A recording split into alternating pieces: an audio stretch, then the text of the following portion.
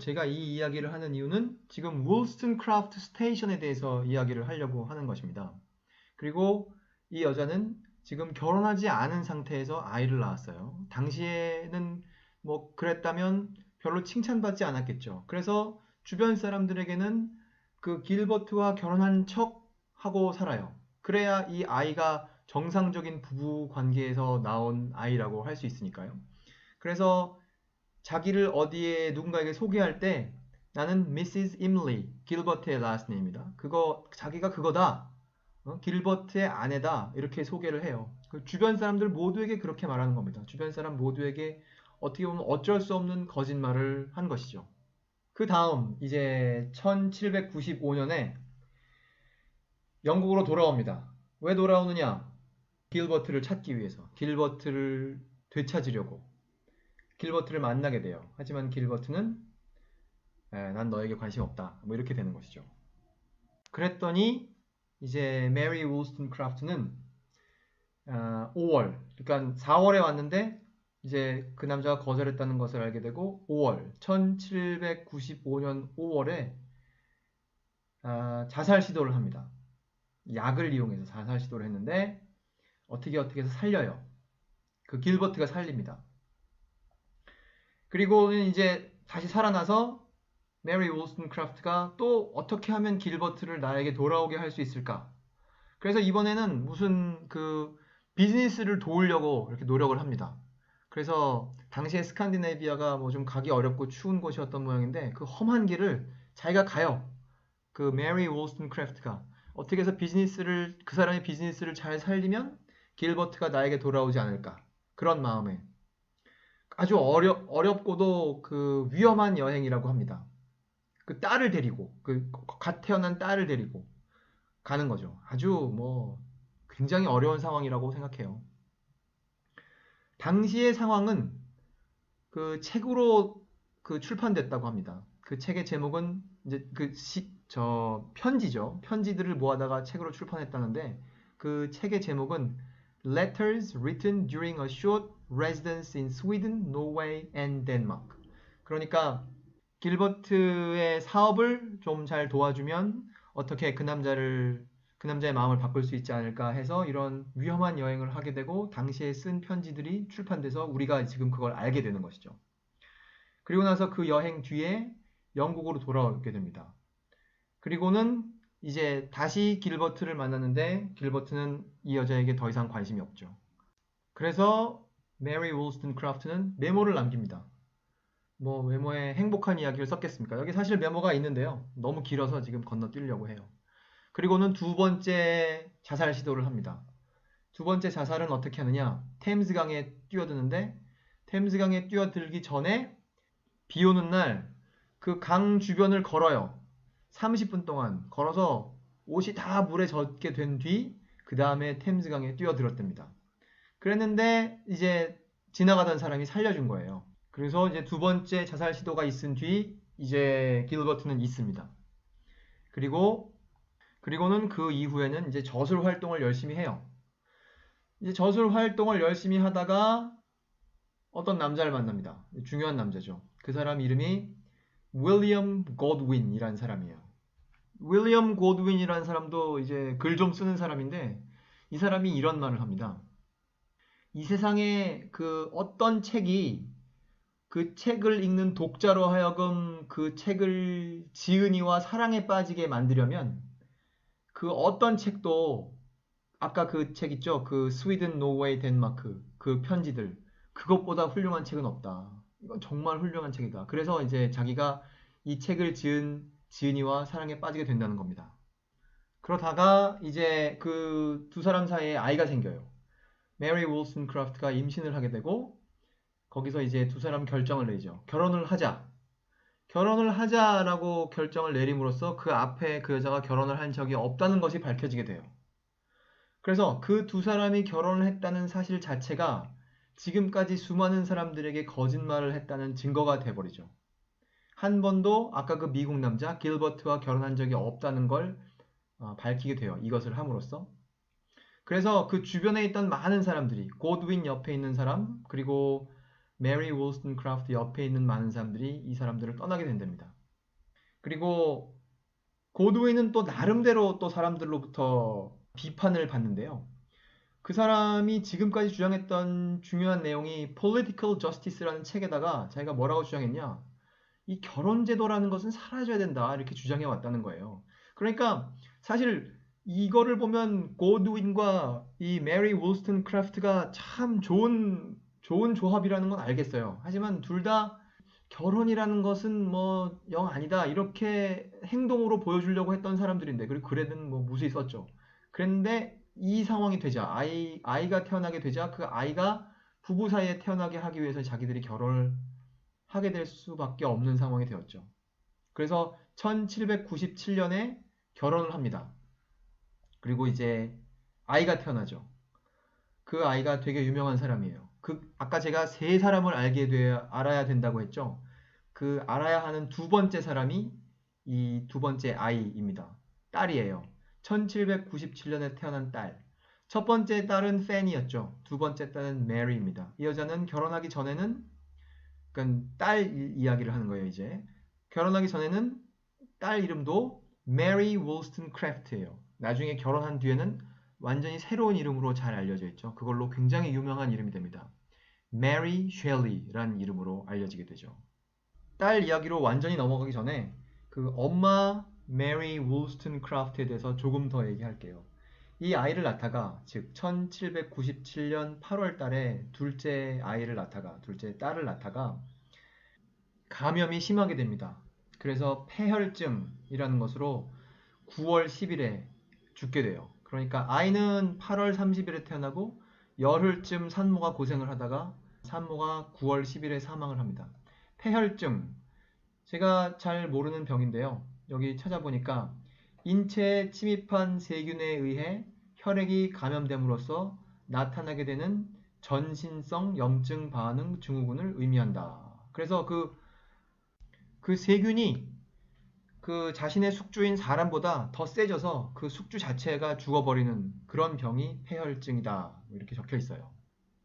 엄마 월스턴크래프트가 사망한 뒤에 고드윈이 자기 친구한테 쓴 편지에 이 남자가 그 자기 아내를 어떻게 생각했는지가 드러나 있어요. 뭐 영어 문장은 읽지 않고 그냥 한글로 제가 대충 옮겨 보겠습니다.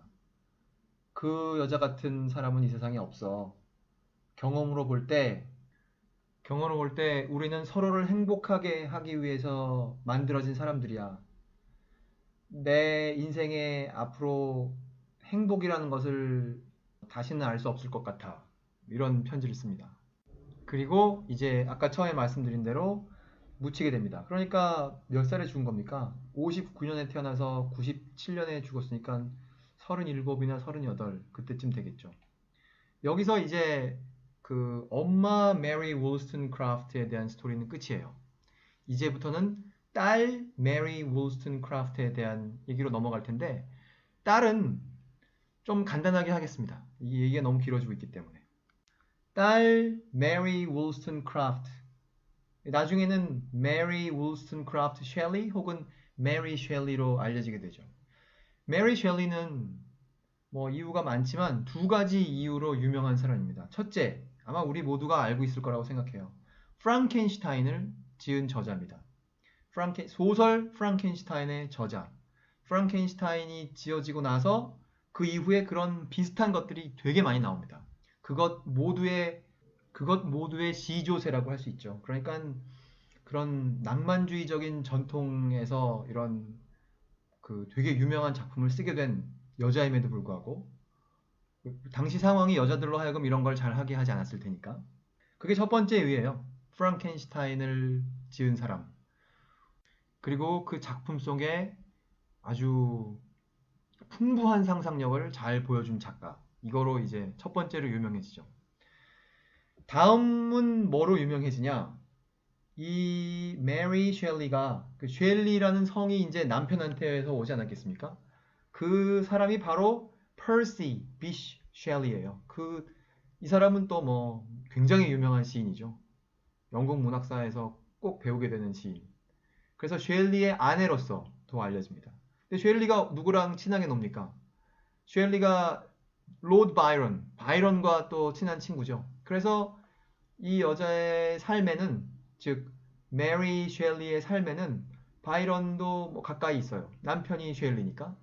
그리고 나중에 자기 어머니의 무덤을 이 쉘리의 아들이 이 가족 묘지에다가 옮겨줍니다. 그러니까 이 집 울스턴 크라프트 집안의 여자들은 나중에 이 유명한 쉘리네 집안의 묘지에 묻히게 되는 것이죠.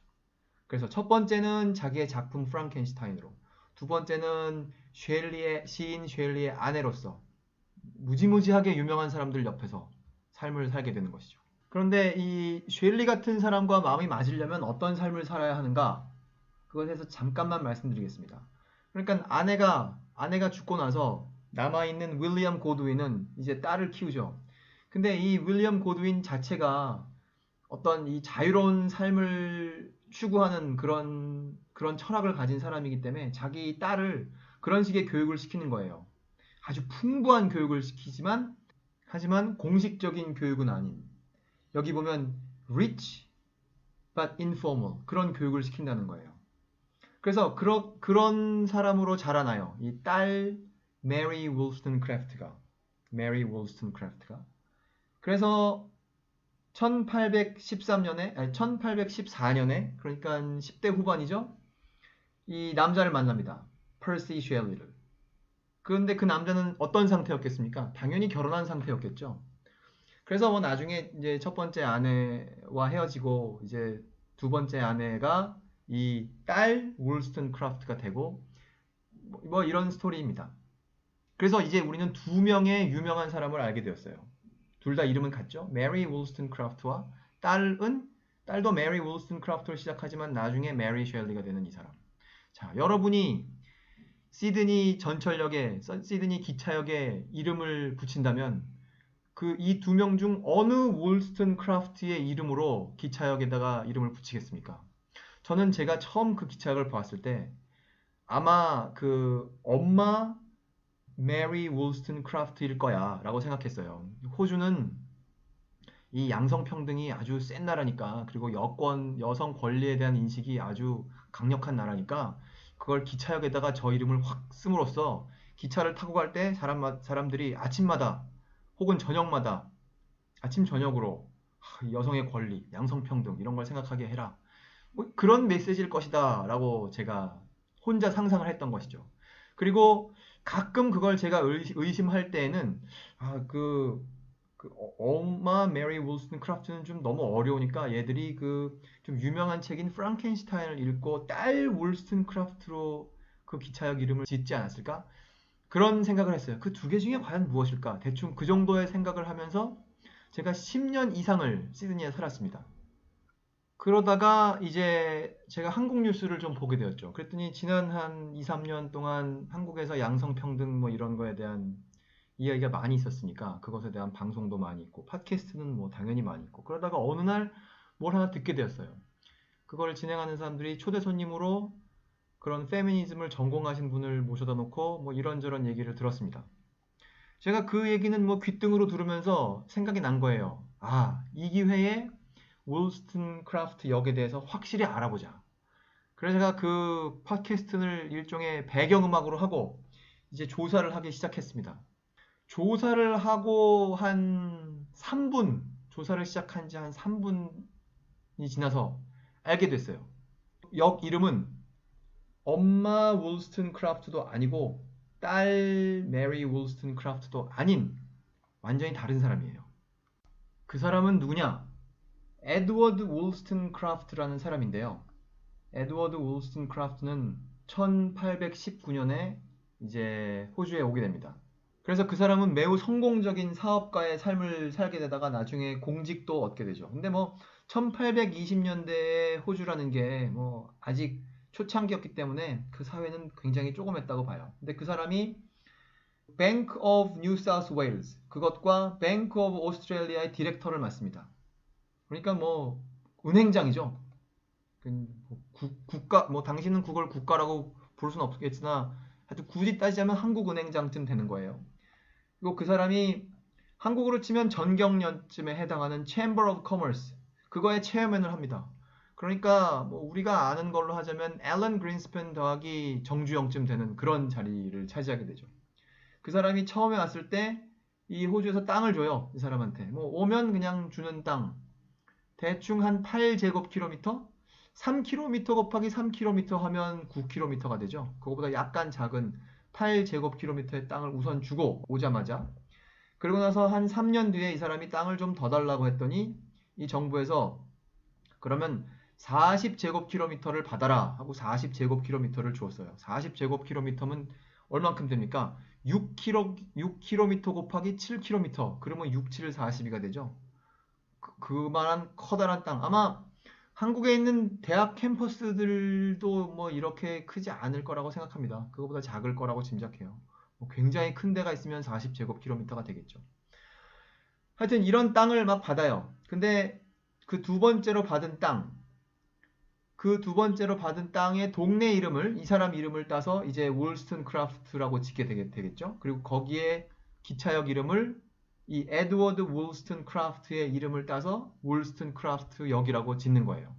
그러니까 제가 처음에 시작할 때 세 사람을 알아야 울스턴 크라프트를 알게 된다고 했죠. 제가 혼자서 상상했던 두 사람의 메리 울스턴 크라프트는 그 기차역의 이름 주인이 아니에요. 그 기차역이 울스턴 크라프트인 이유는 이 에드워드 울스턴 크라프트가 그 동네에 유명한 사람이었기 때문에 영원히 그 동네를 울스턴 크라프트라고 부르고 그 기차역도 울스턴 크라프트 스테이션이라고 부르는 것이죠. 여기까지가 이 세 사람에 대한 것입니다. 그런데 제가 Australian Dictionary of Biography라는 것을 읽고 있었어요. 거기에서 이제 에드워드 울스턴 크라프트에 대해서 읽어봤습니다. 그랬더니 1783년에 태어나서 1832년에 죽었다고 되어 있어요. 그러니까 50도 되지 못하고 여기에서 이제 삶을 마감한 것이죠. 그 사는 동안에는 굉장히 왕성한 삶을 살았지만 그래서 그 설명에 보면 무슨 뭐 사업가이며 땅 주인이고 이 사람의 아버지는 에드워드 울스턴 크라프트인데 그러면 설명이 돼 있는 거예요. 그래서 알고 보니 이 사람의 아버지, 그러니까 이 사람의 이름이 에드워드 울스턴 크라프트 아닙니까? 그러니까 이 사람의 아버지도 에드워드 울스턴 크라프트예요. 그러니까 흔히 아들을 부를 때 울스턴 크라프트 주니어 뭐 이런 식으로 부르면 되겠죠. 근데 이 사람의 아버지는 직업이 뭐였느냐? 런던에서 변호사를 했다는 거예요. 근데 아까 첫 번째 그 엄마 울스턴 크라프트가 7명의 아이 중 두 번째라고 했죠. 그러니까 오빠가 있었어요. 그 오빠가 바로 이 에드워드 울스턴 크라프트, 그 아버지 에드워드 울스턴 크라프트입니다. 그러니까 그 유명한 메리 울스턴 크라프트의 오빠인 것이죠. 이 사람은 왜 영국을 떠났느냐? 제가 여기 있는 걸 그대로 읽어드리겠습니다. 저의 생각을 넣지 않기 위해서. 울스턴 크라프트, 그러니까 이 아들 에드워드 울스턴 크라프트예요. 울스턴 크라프트 resented, 엄청 싫어했다. The notoriety of his aunt, 자기의 고모죠. 그 고모의 악명 높음을 엄청 싫어했어요. And sought escape, 탈출을 하고 싶어 했습니다. 그러니까 이 사람이 영국에 살고 있는 동안 내가 누구누구입니다 라고 말만 하면 에드워드 울스턴 크라프트입니다 라고 말만 하면 사람들이 응? 당신이 그 유명한 그 결혼도 하지 않고 아이를 낳았으며 그 삼각관계를 공식 제안했던 그 메리 울스턴 크라프트의 집안 사람이라고? 이렇게 하는 거죠. 그래서 그 사람은 그걸 견딜 수가 없었어요. 그래서 떠나자. 이런 집안의 스토리를 모르는 곳으로 떠나자. 이렇게 떠난 것이 뭐 당시로서는 상당히 멀리 갈 수 있는 데가 호주였을 테니까. 당시에 뭐 인터넷이 있었겠습니까? 무슨 뭐 이틀 3일 차로 신문을 읽었겠습니까? 여기에는 뭐 사람들이 모르는 거죠. 그리고 여기서 혹시 몇 명이 안다고 해도 런던에서 무슨 일이 돌아가는지 그 정도의 자세한 내용까지 여기서 뭐 책을 많이 읽고 살지 않았을 겁니다. 그러니까 여기 와서 마음이 편하죠. 그러니까 사업도 잘 되고 승진도 많이 하고 중요한 일도 많이 하고 땅도 많이 받고 그렇게 살게 되는 것이죠. 여기까지입니다. 그래서 그 전철역 울스턴 크라프트 스테이션은 그 두 명의 되게 유명한 메리 울스턴 크라프트와 관계가 없고 그리고 제 짧은 소견으로 그 둘 중 누구일까 하는 것은 그저 아주 커다란 오해였다. 이것이 오늘 이야기의 결론이에요. 그래서 저의 과거 실수담을 고백합니다. 오늘 녹음은 이상으로 마치겠습니다. 2018년 5월 31일 이야기는 시드니에 있는 기차역, 전철역, 월스턴 크라프트 스테이션에 관한 것이었습니다. 감사합니다.